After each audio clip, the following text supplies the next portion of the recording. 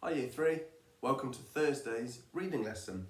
I'm just having a look through some of the brilliant work that's been sent through from Tuesday's reading lesson. Some children who've shown some brilliant retrieval skills to find some answers from the text. Shall I show you?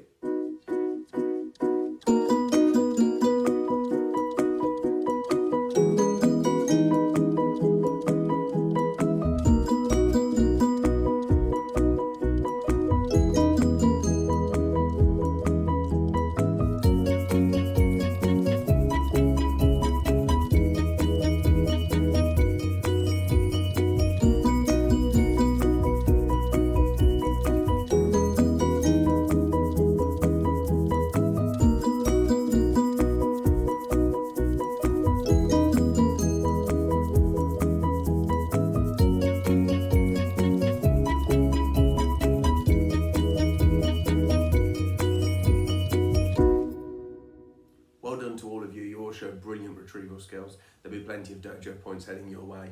Now, should we have a look at the answers from yesterday's session? For Chili 1, you needed to find the missing words.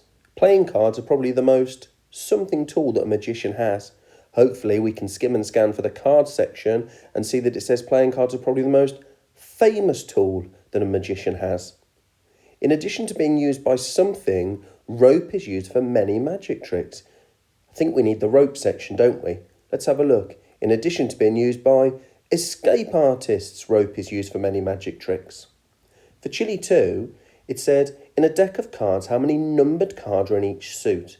Now, we know we need to skim and scan for the information about a deck of cards. And this one tricks us a bit because there is the number 52, but actually the numbered cards in each suit, it says, is 9. What do magicians create with linking rings? What section do we need? That's right, the linking ring section. And it says, you can see it in bold there, they create chains with the linking rings. The first Chili 3 question was name 3 things that rope tricks usually involve. So you would have needed to have skimmed and scanned back to the rope section. And it says rope tricks usually involve changing a rope's length, 1, joining pieces of rope together, 2, or cutting a length of rope into pieces and making it whole again. Why are the silks small? Well, in the silk section, it says they're small enough to be scrunched up and hidden in various places, so it's important that they are small. Now it's time for today's starter activity. You'll notice that the Viper skill is not retrieve for our starter, it's infer, which is a little bit different. When we retrieve information, the information is there for us in the text or in the picture in this case. However, for inference, the answer may not be as obvious. We might have to look for clues in the text or the picture to make a sensible suggestion about what the answer could be. So, for this picture of the carousel, it doesn't tell us why there are no children on the carousel, but what can you infer about it from looking really closely at the picture? Why are there no children? Why isn't it moving? What else could be around the carousel? See if you can use the I think and because sentence to write down an idea that you have about the picture. Well done for your super ideas. Now it's time for today's learning. Can you remember which Viper skill we're focusing on this week?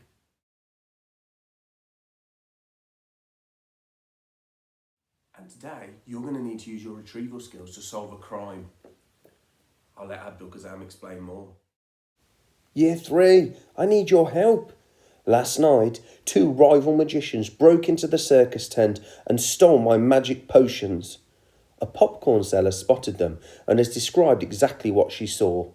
Can you retrieve information from her statement and draw the culprits to help us catch them? If you want to try the One Chili challenge today, this is the statement that the popcorn seller left about the mysterious stranger. The man had black trousers and a purple t-shirt. His hair was brown and he had a yellow cape. There were stars on his cape. His eyes were blue and he had purple boots. He put the potions in a big green bag. Now, can you use your retrieval skills to think carefully about what information is in that statement and try and draw the suspect?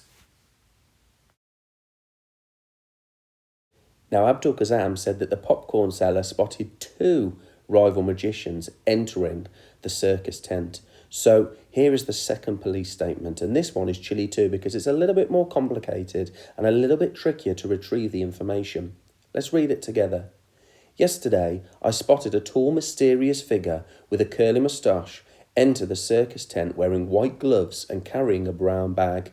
He had scruffy black hair poking out from under a tall black hat with a purple ribbon around it. His boots were the same colour as his hair, and his cape was the colour of the ocean, with an even number of stars on. He wore purple trousers, and his red shirt had the 13th letter of the alphabet on it. So, if you want to choose 2 chili today, you could try 1 and 2 chili if you'd like to try and draw them both, but you only need to draw 1. See if you can retrieve the information from the statement to draw the suspect as accurately as you can. After you've drawn your suspect, if you want to attempt the 3 chili challenge today, well, I need your help because I've had my turn and here's my drawing of what I think the suspect from the 2 chili challenge might look like. I want you to look at my picture carefully and read the description again. And could this be the villain that I've drawn? Have I retrieved all the information correctly? Can you explain how you know? Thanks for your help. Good luck, detectives. I can't wait to see how you use your super retrieval skills to try and solve this crime. Don't forget to send your completed pictures through to the Year 3 email address. Now, for the end of today's session, we're going to finish, as always, by reading a little bit more of Fizzlebert's Stump. We're on to chapter 4 now. When we left Fizzlebert, he was about to head to the library for the first time. Should we see if he finds it? Chapter 4, in which a librarian is encountered and in which death robots from Mars make a brief appearance. Fizzlebert was about to push open the door to the library when it opened all by itself. It trundled to one side and waited for him to step through. To Fizz, this was unusual. Circus tents don't have automatic doors, and neither do caravans. He was startled, but he wasn't scared. In an earlier age, a boy faced with an automatic sliding door, a door that seemed to think for itself and which knew when someone was coming, would think it was witchcraft or black magic. They'd run and hide rather than step through the doorway the devilish door was offering. Maybe they'd call the police or a priest to come and examine the door for demons and ghosts. But Fizz lived more or less now, or at least not so many years ago, and he understood about things like motors and electronics. He listened to the radio and had even been to the cinema a few times, and a door that could trundle out of the way when someone walked towards it didn't seem an impossible thing. It wasn't the magic door that made him pause on the doorstep, but the responsibility he'd taken upon himself. He held the library book in his hand, and he could hear Dr. Surprise's voice in his ear saying, "Just hand it in." But he didn't know exactly what was going to happen in there. Would he have to explain where he'd got the book? Might the person behind the counter start asking him questions he didn't know the answer to? That's what made him nervous. As he hesitated, the automatic door began to slide shut again. Trundle, trundle, it went.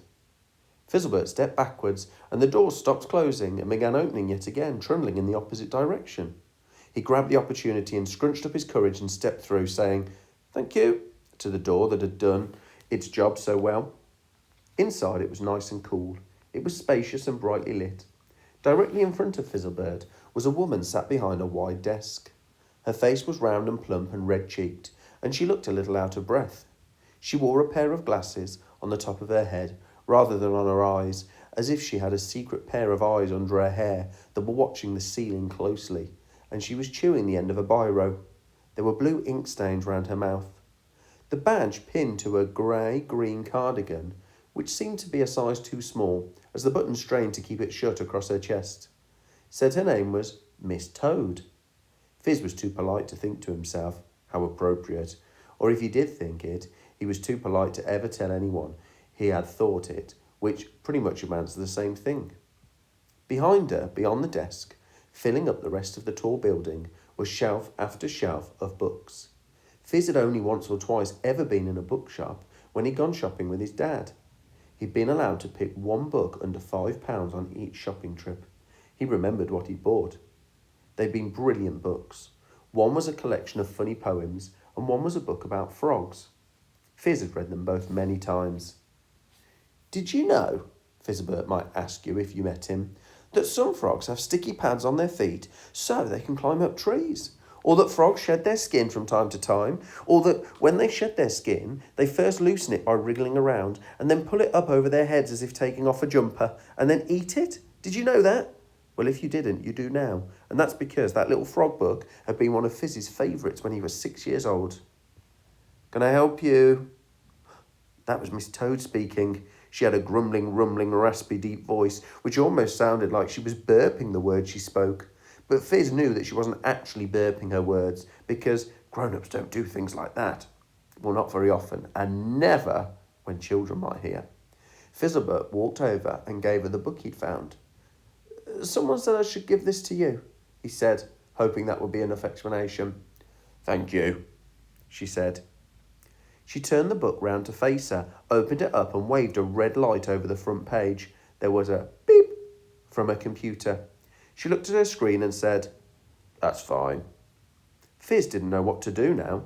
She hadn't asked any complicated questions, and the book had been given back, but he looked at the shelves and shelves of books and wondered. Are these all yours? He asked quietly. Well, Miss Toad smiled inkily. They're not mine, are they? They belong to the library. Is that what you mean? Yes. Yes, those are all our books. Well, some of them. There are more upstairs, she rumbled. She looked at Fizz's face. It was like the sort of face that you sometimes see in books of old photographs pressed up against a sweet shop window.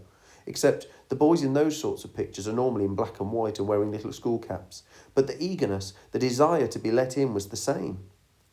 The children's section is through the arch over there, she said, pointing round the corner. Pointing round corners is a really good trick and quite easy to do if you have long enough arms. Can I have a look?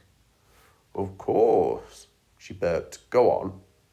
Forgetting that he'd told himself he'd only be 10 minutes taking the book back, and forgetting that he hadn't told his parents where he was going, Fizzlebert thanked Miss Toad and, smiling, walked deeper into the library. Bookcases loomed up into the air on either side, and the smell of the room became more papery, slightly musty, ever so friendly. The carpet felt deep under his shoes and comfortable and quiet.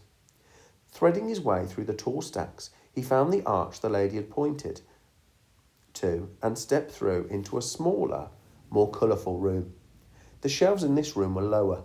He could reach the books on the top of the bookcases, and he liked the look of them. The room was empty of people, that is. Obviously, it was jam-packed full of books. There were also some chairs and tables, and a whole corner had been given over to beanbags and a big wooden caterpillar which had shelves in it and provided a home, it seemed, for big, flat picture books. But other than all that sort of stuff, the place was empty of people. It was a Tuesday, and although it was the summer, term hadn't quite wound up and was only thinking about ending, so normal kids were still in school. So this morning, Fizzlebert was the only boy in the whole library. We'll read some more tomorrow. Have a great day, Year 3, and I'll see you tomorrow for the final reading lesson of the week.